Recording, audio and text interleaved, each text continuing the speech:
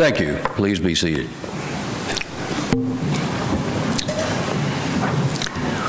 On behalf of our hosts, the Virginia Military Institute, Washington and Lee University, the George C. Marshall Foundation, and most important, the United States Army Cadet Command, we welcome you to historic Lexington, Virginia. It was in this town and among these buildings that a young man from Uniontown, Pennsylvania, began a career that would lead him to become Chief of Staff of the United States Army, Secretary of State, Secretary of Defense, and ultimately be awarded the Nobel Peace Prize for his humanitarian efforts in restoring the European continent following World War II. George Catlett Marshall, for whom this building was named, was and is a man to be emulated.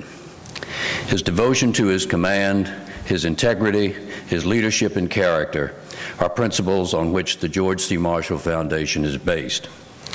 The award to which you have been selected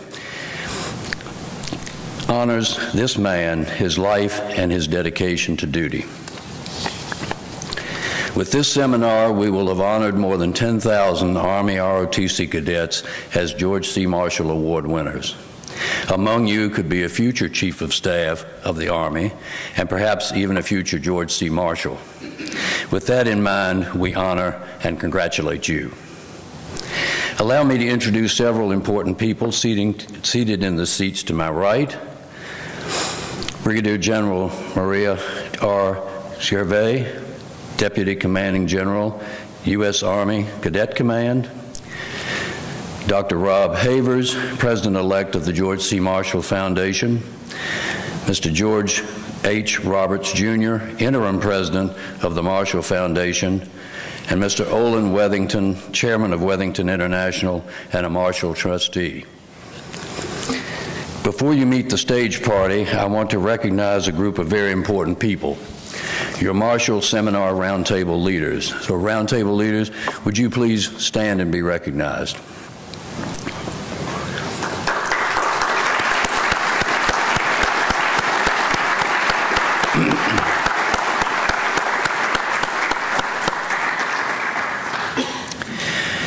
Joining me in this morning's program and seated here on stage are General Dick Cody, former Vice Chief of Staff of the Army, Trustee of the Marshall Foundation, and our seminar chairman. Lieutenant General Horoho, Surgeon General and Commanding General of the U.S. Army Medical Command, and Brigadier General Peggy C. Holmes, Commanding General, U.S. Army Cadet Command and Fort Knox.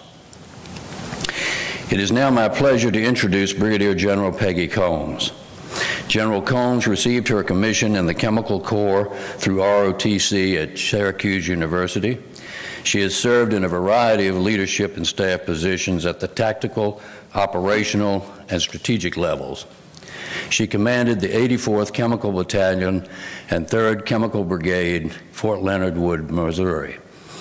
Was the Joint Nuclear, Biological, and Chemical Operations Officer for U.S. Central Command during Operation Enduring Freedom, Chief of Staff for the Iraq Training and Advisory Mission, U.S. Forces Iraq, and Chief of Chemical and Commandant, U.S. Army Chemical and Biological, Radiological, and Nuclear School.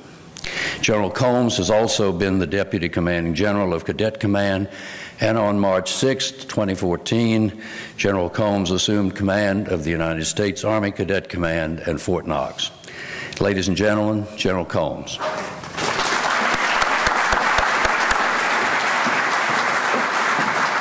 you, Jay. You know what? That bio always makes me feel really old. So, 85. Geez, I don't think many of you were even a twinkle in your parents' eye in 1985. But it's been a great ride in the Army, and I absolutely am thrilled to be here today with each and every one of you. Jay, thank you for that great introduction and for your leadership of the George C. Marshall Foundation for over 8 years. General Cody, General Horoho, fellow general officers, seminar leaders, and most importantly, our cadets. Let me do that one more time. And most importantly, our cadets. Oh my goodness, I know it's Monday.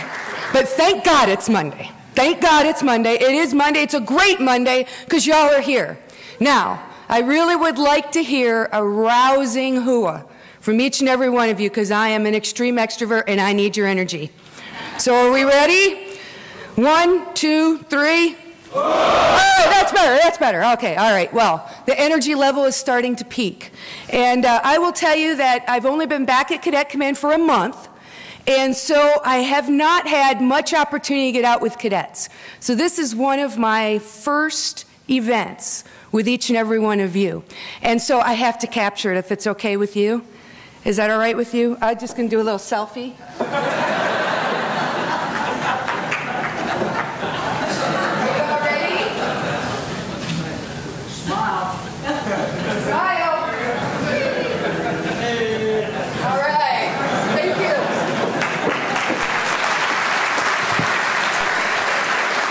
Now, that is Facebookable, so we'll be Facebooking that later. But anyways, before I start, I just do want to thank our hosts, VMI, and Washington and Lee. You all will see the historic value of this campus, and I hope that you actually feel the spirit of George C. Marshall as you go through this great 2 days of a seminar that we have planned for you.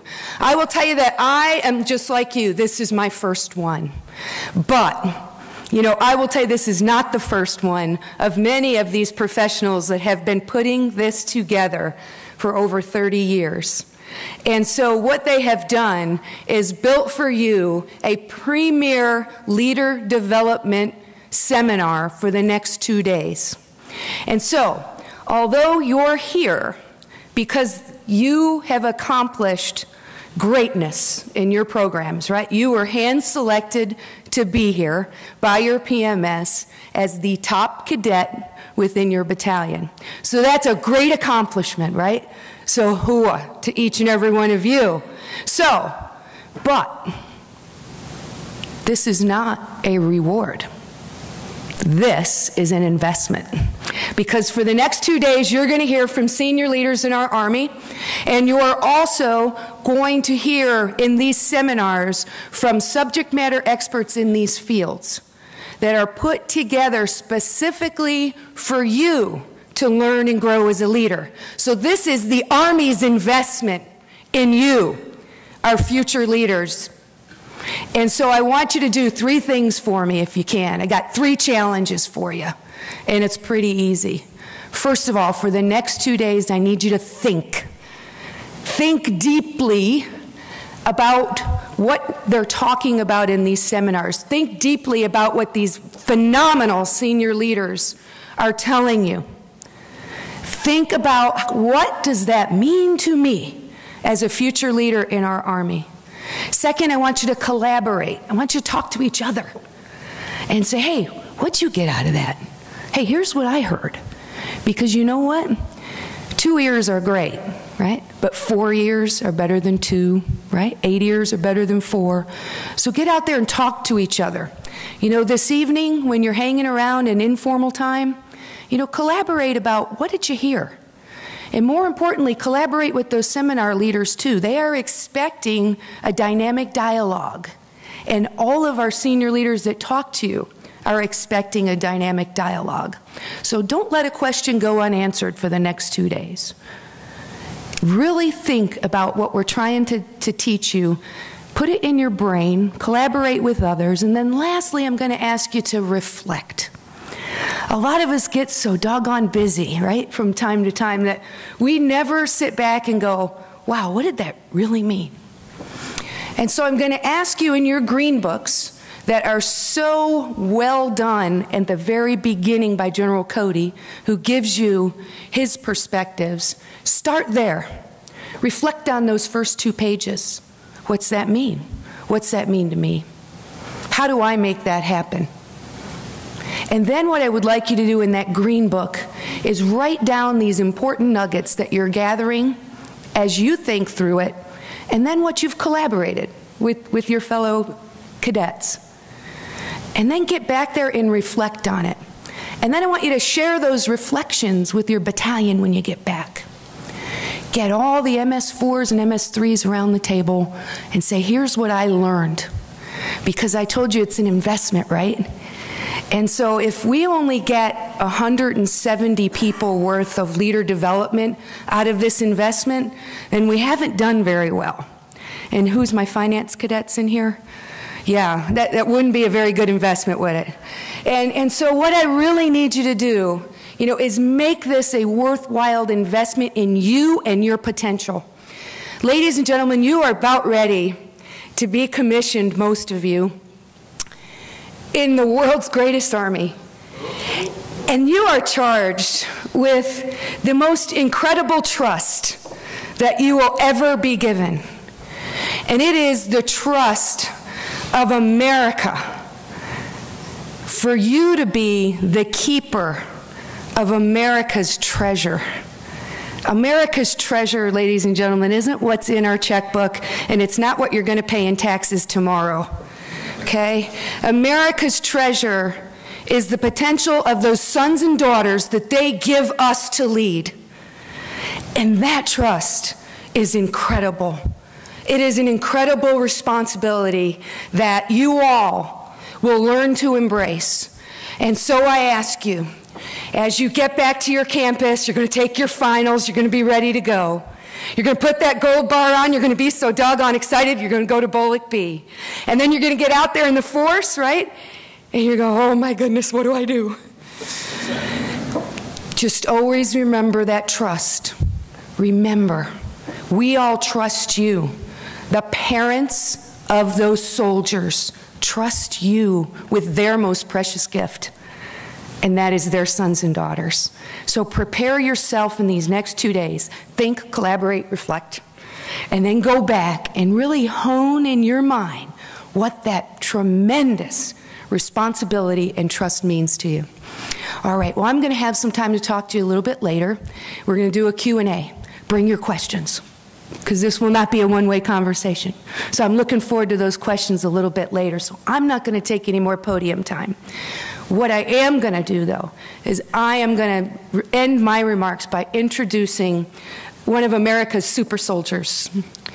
I'm going to introduce to you General Cody, who is our seminar chairman and has been for quite a few years. General Cody served our Army for 36 years. I think most of you have probably seen his bio. He has commanded at every level of the Army, to include, where's my aviators? Raise your hand. Yeah, I know there's a lot of you. Okay, to include the 160th SOAR, our Special Operations Aviation Regiment, and the 101st Airborne Division, Screaming Eagles. And I don't know if any of you were members of that before you came green to gold. But he also was our Army G3 and then concluded his service as our Vice Chief of Staff of the Army. So he's got, many years of great service under his belt. And he continues to serve. Sir, I just got to say this. He continues to serve on many boards that really are interested in helping soldiers. And in fact, he and General Horoho were just having a discussion about how we are building more intrepid centers for our wounded warriors.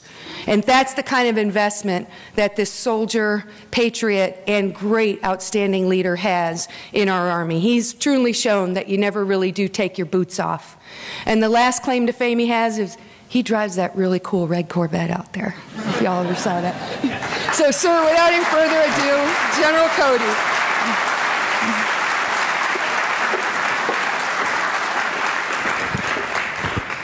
She sounds like my very proud sister, doesn't she? Well, good morning, everybody. Are you all alert? Who was on the last bus? It won't be your first time waiting on transportation in the United States military. And if you're an Army officer, you'll learn that it's time to spare, fly U.S. Air Force. Okay. Well, listen. First off, many of you were 9 and 10 years old during some of the toughest times in our longest war. Yet you watched it on TV. You went to middle school. You went to high school. You saw the coffins coming back to Dover. You saw the burials at Arlington Cemetery on TV. You saw many of our wounded recover from the horrific wounds, but you still said and made two great decisions. One was you made a decision to go to college. And the second great decision, and the one I want to thank you for, is you said, I want to be an officer, and I want to lead in our Army, knowing full well that our Army was involved in the longest and one of the most horrific wars that we've ever been in. And that speaks volumes about who you are as a person, the upbringing you had from your mothers and fathers and your different civic leaders, but it speaks volumes about you in particular, that you want to be part of something bigger than yourself. And you got to see it before you joined it. Many of us joined and stayed, but we didn't have the 24-hour media, okay? And so you are special, and you need to think about that each day. Each one of you, you're going to compete against each other. You're going to go out in the world and you want to be the best lieutenant. But I want you to remember, each one of you are special and you need to respect each other. And then when you get out there, remember that your soldiers that you lead made the same decision you did. They made the same decision, and they're special. And you need to treat them that way. On any given day, we expect you as young leaders of our Army to be very good leaders. But I'll tell you the challenge and the concern that we all have, and you should have. On the worst day of your unit, we need you to be the very best leader for your soldiers. We take it for granted you'll be a good leader, but on the worst day, we need you to be a great leader. And that's what we're going to try to do these next 2 days with the seminars. Immerse you, interactive, ask questions. We've got some really great seminar leaders. We've got the Chief of Staff of the Army coming here tonight. He'll have a Q&A. He's a great leader. We'll talk about that. We've got General Horoho, who I'm going to introduce here in a second. And then we got General Perkins. And then you've already met your new cadet command, General Combs. And ask us questions, because we want you to be prepared on that worst day. Not your worst day, but the worst day for your unit. Because that's what makes our Army great. We have always been able to soldier through our worst days. Okay? So listen, I want to thank you again for accepting the challenge of donning the uniform of your nation, wearing the cloth of your nation during some really troubled times. But I think you're going to find it rewarding. Every day you're going to wake up and look in the mirror when you're shaving or putting your makeup on. And I want you to be able to say, I did good yesterday and I'm going to do better today. And no place other than the U.S. Army, and especially being a leader in the U.S. Army, will you be challenged to be able to look in that mirror and make sure that you're able to say that every day. I look forward to walking around and talking to you. Ask me questions. I got my blue pen if you want me to sign that little green book. I get no money for that, okay? I ought to. All right, I'm going to talk to people about that. No, that, by the way, plagiarism. I stole many of those bullets. I need to be upfront about it. I don't know who said them to me. Somehow, as I got older, I felt like I came up with them myself. I may have. I will tell you the one I really did come up with, because I did have an ego back in the day. Well, I kept looking in the mirror, and I said, wow. No. The one that says, when your ego competes with your professionalism, all learning ceases and you become stupid. I did come up with that because I learned that the hard way when I was young. The rest of them I borrowed from other people, rewrote them my way. The only reason why I tell you that is you need to be doing the same thing as you go along in your career. You need to be sharing them. There are very few lessons learned that are new. I can say that after 30-some years almost and 4 decades in the military. It's just different people making the same mistakes or doing the same good things over and over again, and we need to pass it on. Okay, so that's why you have those. So let me really tell you why I'm standing up here. I have the distinct pleasure of being the thorn between those two roses, and I want to introduce our keynote speaker. And I asked her to come here because she is very unique. She's an Army nurse. She went to North Carolina. She got an undergraduate degree at Chapel Hill. She's a trauma nurse clinician. Okay. And she's a 3-star general. How'd that happen? Because on one of our worst days, we needed a great leader. We had some problems with our medical care at Walter Reed. She was the first non-hospital doctor female to command Walter Reed after the problems we had there. She went on to become the chief of Army nurse. And then she went on to command our Western Hospital region. Again, the first nurse to command a huge hospital region out there on the West Coast.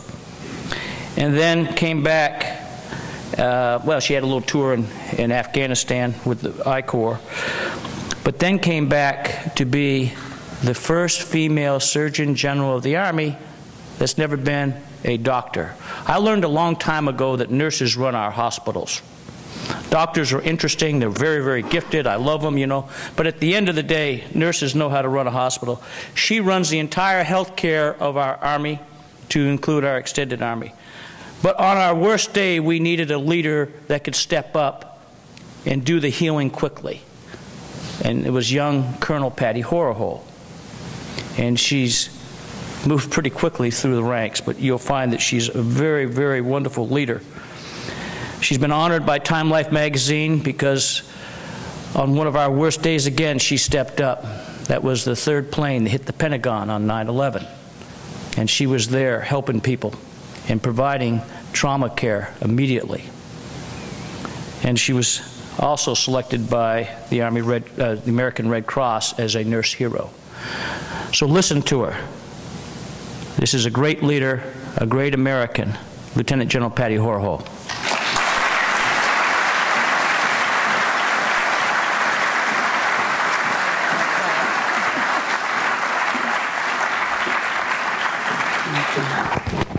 Thank you, General Cody.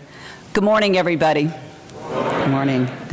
You know, this is a tremendous opportunity to be on the grounds of a historical significance going back to General Marshall. And what it speaks to is the lineage that we have within our armed forces, of being able to carry on the living legacy of leadership and those traits and the investment to continue to grow future leaders. So congratulations to each and every one of you sitting in this building this morning. I also want to thank the foundation members.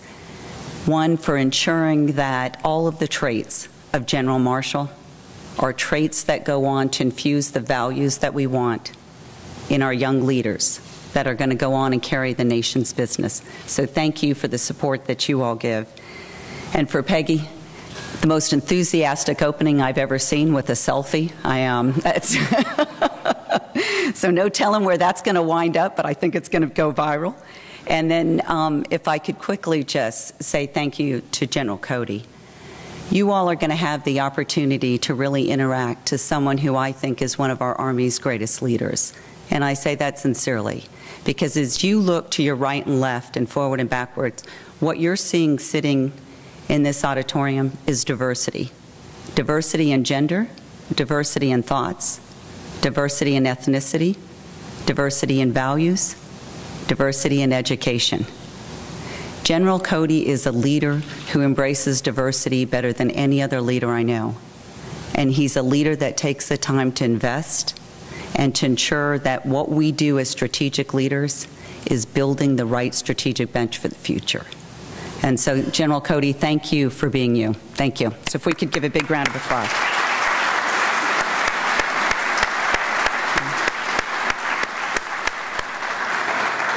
You know, one of the things I know you're going to hear over and over again is that if you look to your right or look to your left, one of you will be the future Chief of Staff of the Army, and someone's going to be the Vice Chief supporting.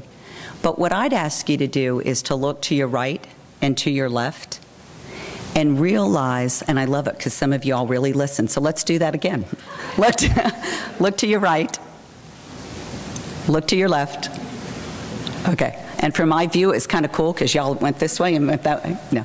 But what I think you're going to see is that it may be why you're a second lieutenant, it may be why you're a captain, or a major or lieutenant colonel, but someone in this class is going to have the right skill sets, and you're going to have the relationship with them, and they're going to help you with that mission accomplishment. And that's what the Army and that's what our armed forces is about. It's about teamwork, it's about completing others and not competing, and it's about focusing on the mission. So many of you will go on and continue to rise in the ranks, but I really think the value of what you're here today in this entire week is to really forge the relationships, the partnerships that you can draw upon in the future to make a difference in the lives of those that you get to lead. And so last night, I thought it was kind of neat, but my executive assistant, Lieutenant Colonel Weinberg, who is here, he actually sat in those seats back in the early 90s. And so when he was given the book to kind of look through, what we realized is that one of my other key leaders, Lieutenant Colonel Craig Taylor, was actually in the same class. And both of those leaders are working together so effectively now. And it's not knowing, you may not get to know everybody in the class, but what you will be able to identify is that there's a common shared values that will continue throughout your career. And you all have already shown leadership. You've shown the ability for selfless service and sacrifice, of tenacity, and to hard work. And those are traits that we want you to keep. So work during this week to really build those dynamic foundations. What I'd like to do is I just want to spend a little bit of time talking with you, and then I'd like to open it up with questions and answers. But I'd like to take you back to 112 years and take you back to Second Lieutenant George Marshall, when he had just gotten commissioned, and then he went to his very first assignment. He was an infantry platoon leader and got assigned to the jungles of the Philippines. He was assigned because he was an individual that had competence and he had character. And I want to stress there's a very big difference between competence and character. Character is something that keeps us with our moral courage in the center. Competence is something you can learn. Character is something that you have with you, that during those tough times that General Cody talked about, it's that character that's going to allow you to make the right decisions. And it's the character that's going to keep you values-based and ethically based throughout your career. Second Lieutenant Marshall was one of those leaders that really had competence and character. He also realized that leadership is personal and it's impacting the lives of others. So during his first assignment when he was in the Philippines, he was living in a hut that was on stilts and it was primitive amenities. He went into a battalion garrison at that time that was suffering from low morale, and it was low morale because of the toxic leadership of his new battalion commander. Within weeks of his arrival, the village was hit with a cholera epidemic. And I put this up so that you can graphically see the impact. Cholera is a bacterial infection. It's transmitted in water and food that's been contaminated by human waste, and it results in severe sickness, dehydration, and death. So as a platoon leader, the health of the troops was Marshall's mission, and it was in his hands. The men in his village were confined to barracks. Everything they ate, everything they drank had to be boiled. Hands had to be scrubbed. Their mess kits were scoured and thoroughly rinsed. And so Lieutenant Marshall rigorously enforced these procedures despite the low morale. He made sure that troops followed the instructions, and he instilled in them military discipline so that they wouldn't take shortcuts, because he knew if they took shortcuts, that lives were at stake. So when the epidemic ended, although hundreds of villagers actually died because of this disease, not a single soldier from his unit died or even was infected. The health and the welfare of those that you're about to lead is a leader's mission. It's not a medical mission, it is a leadership mission. And it's been our mission since 1775 to focus on the health and welfare of those that you have the privilege to be able to lead. So I think what, at that time, Second Lieutenant Marshall demonstrated, he demonstrated that leadership is personal and that every single soldier matters. So what I want to speak to you about is that the health, the resilience, and the readiness of your soldiers matter.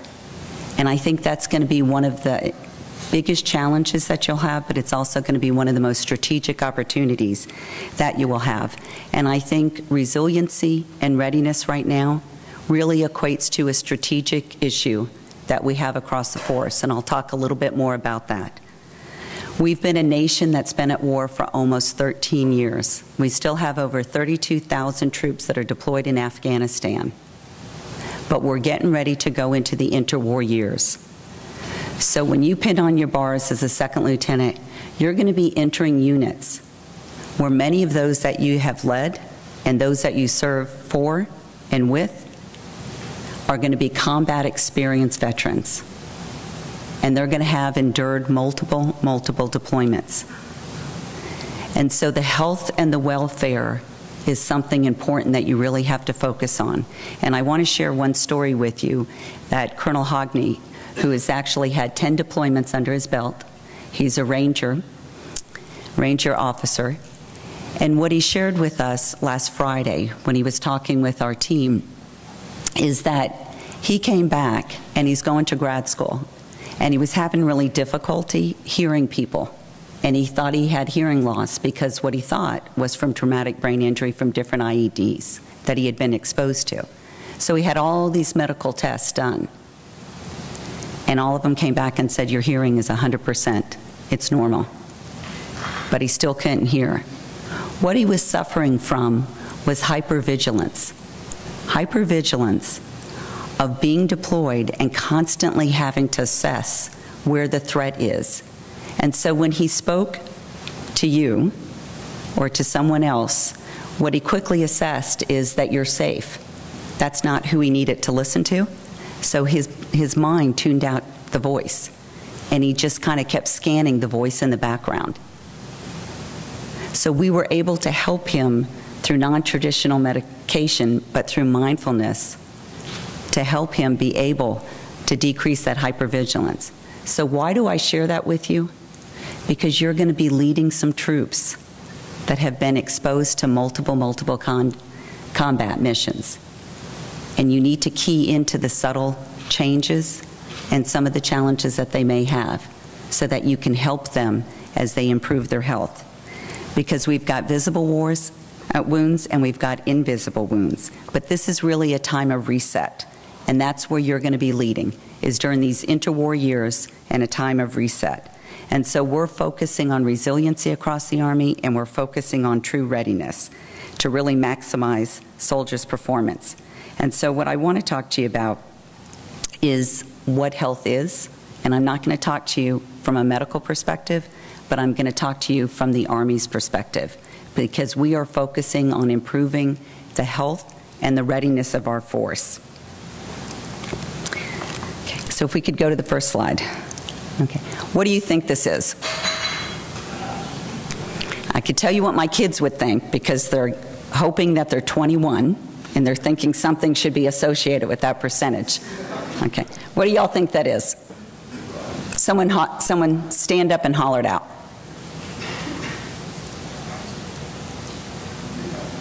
Okay. That's how you earn yourself a DUI. Okay.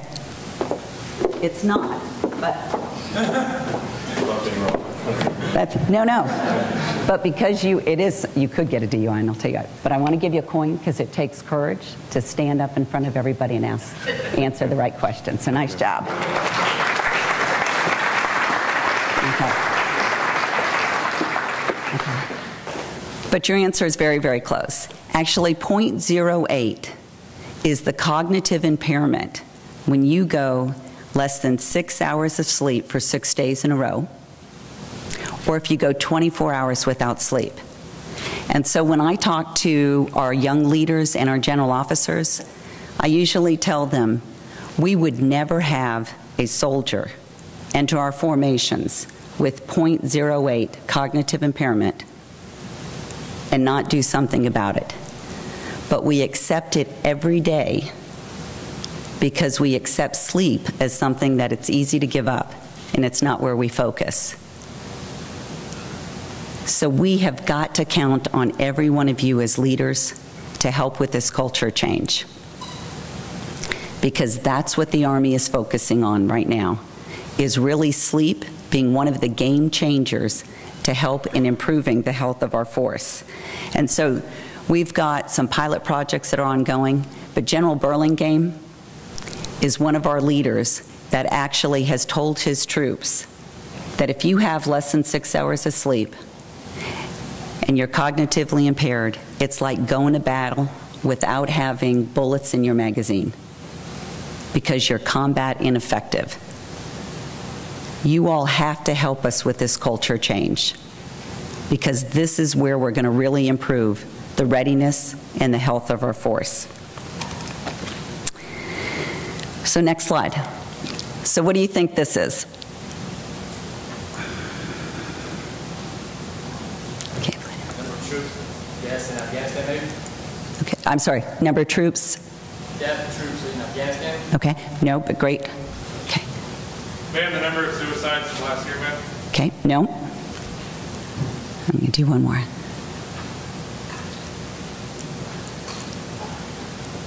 Number of that's having to do with friendly firemen. Okay, no. And all good answers. And I appreciate people standing up. What this actually has to do with is the number of soldiers that were discharged last year for failing to meet body weight standards. So think about that. 1,815 soldiers left our force because they couldn't meet the body weight standards. So why is that important? Is that that's a tremendous amount of knowledge and expertise that left our service. So not only is there knowledge and expertise leaving, but there's a huge cost associated with that. So part of what we've got to do is not only focus on our sleep, but we've got to focus on ensuring that we have compliance in this area. Because if you look at this graph right here, you see that active duty soldiers are way below the body mass index of our civilian population. And everybody out there should be looking and saying that makes perfect sense. But look at the center. What do you all think the center is? What population? Okay, that's a good guess. And you know they're going to shoot you for that, but that's okay. But what other population besides reserves? Okay, and that should not be tweeted anywhere, okay? Okay. That's actually our retirees. That's our veterans. So think about that. Our veteran population exceeds the body mass index of the civilian population. And I think the reason why that occurs is because I think health is a condition of employment. And we've never inculcated across our force the importance of health and regular activities that really keeps one healthy throughout their life. And so you'll always hear, when you come on active duty, you'll hear our soldiers on their last day say, no more PT tests, no more getting up at 0500 or 0 dark 30, no more weigh-ins. And what happens is our population, after they retire, become very unhealthy. And so we've got to, and this is where it drives into a national security risk, is that 10% of our Department of Defense budget right now is for health care. And so for every dollar that we spend on health care is a dollar that we're not buying troops, weapon systems, ships, planes. We've got to make sure that we improve the health of our nation, that we decrease the demand on our healthcare system, but more importantly, that we have the right health outcome so that we improve resiliency and readiness of our force. So next slide. Okay. So most of you, when you go to your first duty station, you see a lot of fast food that's out there. We're not trying to do away with fast food, but what I'd ask you to do is look at your young troops. If you have them out in formation early in the morning, doing physical training, and then right afterwards they hit the line at a fast food and they pull out a cigarette and they buy something that's not nutritious and they eat that, is that the right health habits that's going to fuel optimal performance for the mission that you need them to do? And so I'd ask you to really be aware of your surroundings and realize that the health and welfare of those that you have the privilege to lead is not a Monday through Friday operation. It's a 24/7, 7 days a week. And that we want to instill the right health habits that leads to improved resiliency, improved health, and more importantly, improved readiness. Because as our force downsizes, and we are downsizing, every single soldier, sailor, airman, and Marine matters. And we can't afford not to have everybody combat ready. You can't afford to have a high non-deplorable rate. You've got to make sure that the health and welfare of those that you have the privilege to lead are ready to do the nation's mission at any time. Because look at the world that you're going to lead in. It's a world of uncertainty. It's a world where you can look at major governments have toppled over the last year and a half just from the influence of social media and uprisings. We've got Cold War counterparts that are resurging their influence. There's instability in the financial markets around the globe. There is tremendous dynamic uncertainty around the world. And we know that we are drawn down from after being in 2 theaters of conflict for the last 12 years. And so we have got to make sure that the manpower and the units and the capabilities that we have are high performing and ready to meet that dynamic uncertainty that's out there. And health is a huge component of that. Because if you have a high medically non-ready rate, you're going to decrease your combat effectiveness. And that's why it's important, and that's why it's part of what you've got to do as a leader. Next slide, please. So really what we want to do is put a short video so that you can kind of, I think it speaks to it a little bit better. This could be the first generation of children in the United States that lives less than its parents. I got 2 pills I take for my diabetes, then I got 1 for cholesterol, high blood pressure, and then I take Byetta, which is an injectable. I'm getting really shaky, and I'm sick and I'm fatigued, and that's when they diagnosed me with hypertension and diabetes. Obesity, diabetes, heart disease, high blood pressure cost this country more than $120 billion each year. People are saying, you're crazy, you're a cancer patient, you should be resting. Doctors told me this. When I had the second heart attack, the doctor said I should prepare for death. Heart disease is an absolutely toothless paper tiger that need never ever exist. People who were raised in Japan, the Philippines, Korea, China, never had heart disease, prostate cancer, colon cancer, breast cancer, rheumatoid arthritis, multiple sclerosis. This is the atlas of cancer mortality in China. Virtually the Western diet was non-existent. They had no animal products, they had no dairy, no meat.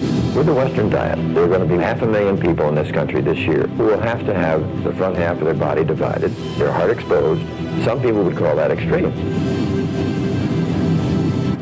If you go through life thinking that what happens to you from a health perspective is based on your genes, you're a helpless victim. I've reversed the diabetes. The diabetes is not coming back. I just can't understand what it's done to change my life. Diet is so much more important than anybody ever thought. So I'd ask you to start thinking about nutrition as being fuel for your soldiers' performance and their cognitive ability. Because we ask our young privates to think strategically at the point of whatever it is they do. And I'll give an example. Remember when a young private was in Afghanistan and made a decision to burn the Quran? That had strategic implications because that one act actually almost undid all of the good in the war effort in the years prior. Think about that. So you've got to make sure that those that you're leading at all ranks in experience have the cognitive capability to make the right decisions. So I'm going to ask you to stand for a second. Okay. Put your arm out. Okay? Everybody's got their arm out. Okay. We're going to do a quick brain anatomy, and it'll be basic. Okay. So your thumb is actually the survival aspect of your brain. Okay? That's when you have those moments of flight or fight, when you get that quick feeling inside and you just react. Okay, now take your thumb and put it in like this. Okay? That piece right there is the emotional part of your brain. It's your happy place. It's when you have a cupcake for your birthday and it brings back all those good memories or whatever it is that you want to have. Okay, now take this part of your hand. Okay, put it on top. Okay, put it on top for me. Okay? These two together are your subconscious part of your brain. This part right here is your conscious part of the brain. When you have less than 6 hours of sleep, or if you have too much alcohol, you separate out your left hand from the subconscious part. And that's when bad decisions are made. And that's when we have bad outcomes. And so think about the soldiers you're going to be leading. 17, 18-year-olds, that this entire part of the brain isn't well developed. And so when they're not getting enough sleep, it's going to separate this out. And then they're going to make bad decisions. And then you are going to lose some good soldiers in your unit. And so what I'd ask you to do is simply think about this. When you yourself are getting ready to make decisions or go out on a mission, is take the time to make sure that you keep these two connected.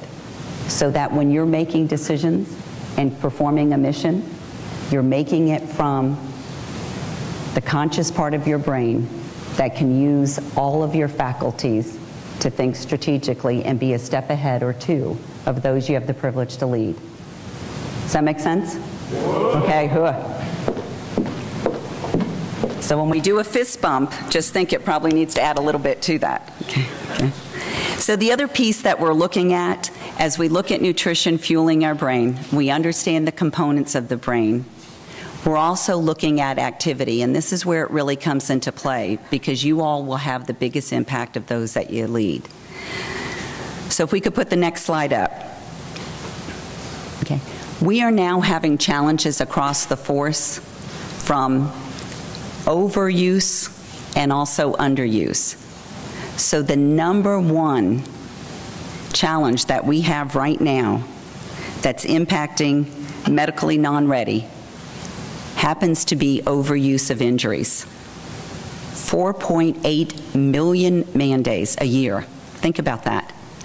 4.8 million man days a year that makes our soldiers not able to perform their mission have to do with overuse injuries.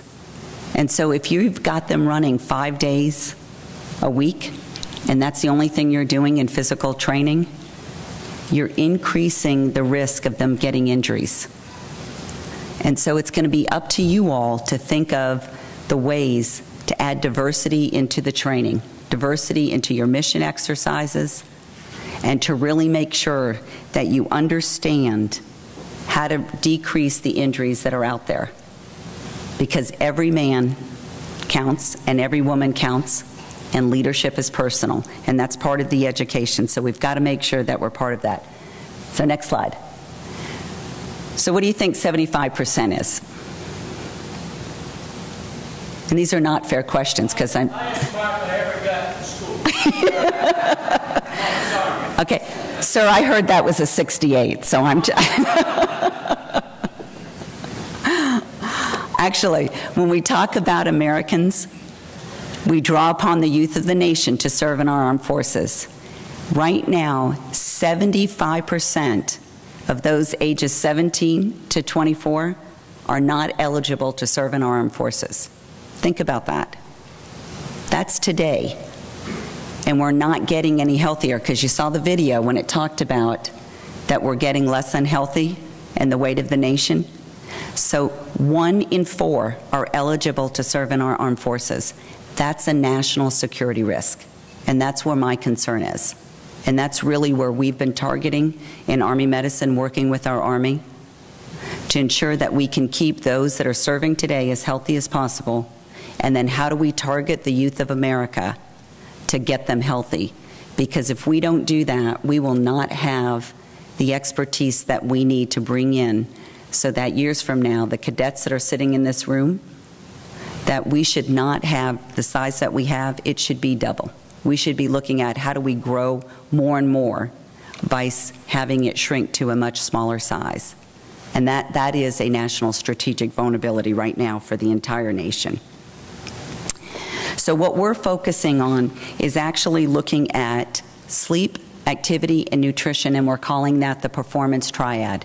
And there's a synergistic effect between sleep, activity, nutrition, the same way that there's a synergistic effect in VMI, Virginia, military, and institute. And that was part of what the founding of this organization thought of when it was organized. Any one of those components missing will not produce the level of leaders that it's producing today. Any one of those three components in our performance triad of sleep, activity, nutrition will not get us to the optimal performance that we need and will not improve readiness across the force. So right now this is a huge culture change, and this is why I'm spending time talking with you, because you all are going to be the leaders that help us change this. So we have Fort Bragg, North Carolina, we have Fort Bliss and Fort Lewis, and then we have a unit in Afghanistan that's actually testing this for us so that we can then have the data we need to roll this out across the force. So we have leaders at the lowest level that are ensuring that their troops are getting enough sleep, that they're doing the right activity that they need to, and they're understanding nutrition as a means to fuel their body and fuel their mind, because it does equate to improved readiness and resiliency of the force. And so part of when you start to lead, what I'd ask you to do is to be those that live it, be it, know it, and do it. Exactly what General Marshall did. Because people will watch what you're doing. And so if you're not living all three of these, then the troops that you lead are not going to do it as well. But if we can get enough groundswell at the second lieutenant level and our young platoon sergeants, and then we have the change that's occurring across our general officer corps and our colonels, will make a difference. And one of the things that the Chief of Staff of the Army has me doing is I talk at every pre-command course about this, and I talk about to every new general officer course. And what I usually share with them is that the rank that they're wearing is there because they were selected to be strategic leaders. But when they're not sleeping enough, and they've got cognitive impairment, even if it's 20%, they're being great managers, but they're not being strategic leaders. And so we've got to make sure that we are embracing this and we're changing the decisions that we make every day so that we also reverse the trend line that we're seeing across our veterans. So if we go to the next slide. Okay. So 7, what do you think that is? Out of everything I've talked about. Is that the number of hours of sleep you need? Yes. Okay, I'm going to try to do this without knocking someone out. Oops.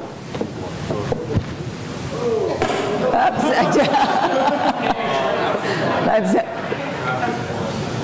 Did you get it? Okay. Nice job. Nice job. That's exactly it. 7's the least amount of hours that we want. We say 8 is great, but 7 will get you where you need to go. Okay, next slide. This is what you all need to be familiar with. Okay, FM 7-22. Read it, make sure you know it before you go to your first duty station. Because in there is really the culture change. Instead of doing the same repetitive exercises, it's looking at core conditioning strength. It's looking at variety in our training exercises. I just had a talk with the Chief of Staff of the Army, and one of the things that he directed is he said, I want our Army to be leading the way in performance. We should be the role models for our nation in high-performing soldiers and through the eyes of soldier athletes. And we've been partnering with the NFL and with major baseball leagues as well as the NCAA. We're working with them because they've looked at what we're doing in the areas of sleep, activity, nutrition, and the impact that it's having on health outcomes, but also readiness and performance. They're struggling with the same thing with their athletes. And so we're looking at partnering, because how powerful would it be if our athletes and our soldiers came together to serve as role models for the youth, so that 75% that I talked about, that we actually change that. Because if we can start showing the youth of America the impact on performance, they will look at you all as role models. And that's how we're going to change that tide, and that's how we're going to get at some of the strategic vulnerability that we have in our nation right now. So that's the discussion, and those are some of the actions that are ongoing right now. Okay, next slide. Okay, how about 8? Under the area of nutrition, we'll give a clue.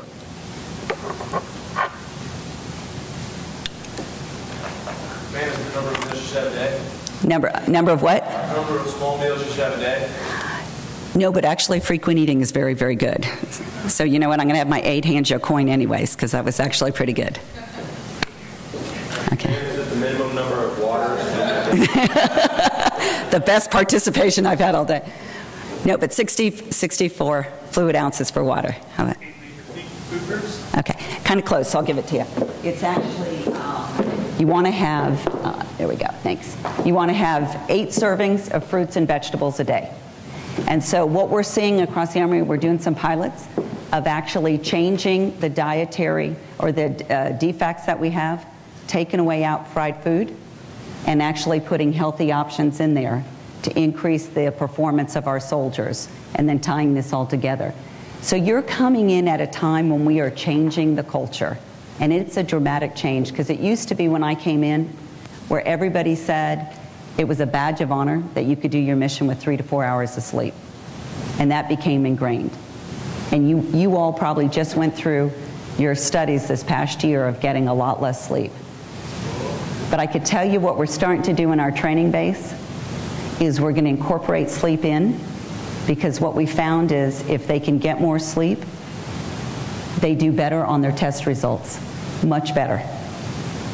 And so part of what I need you all to really help is this change, and to do this. Because if we don't do that, we are, one, going to do a disservice to those that have just spent the last 13 years deploying and supporting our nation, and the challenges that we have. We have no idea what's the impact of 13 years of war, psychologically, mentally, spiritually, physically, and emotionally. And that's why, from the highest level within our Army, we are committed to doing this, because I believe we can make a difference. And we're also focusing on brain health.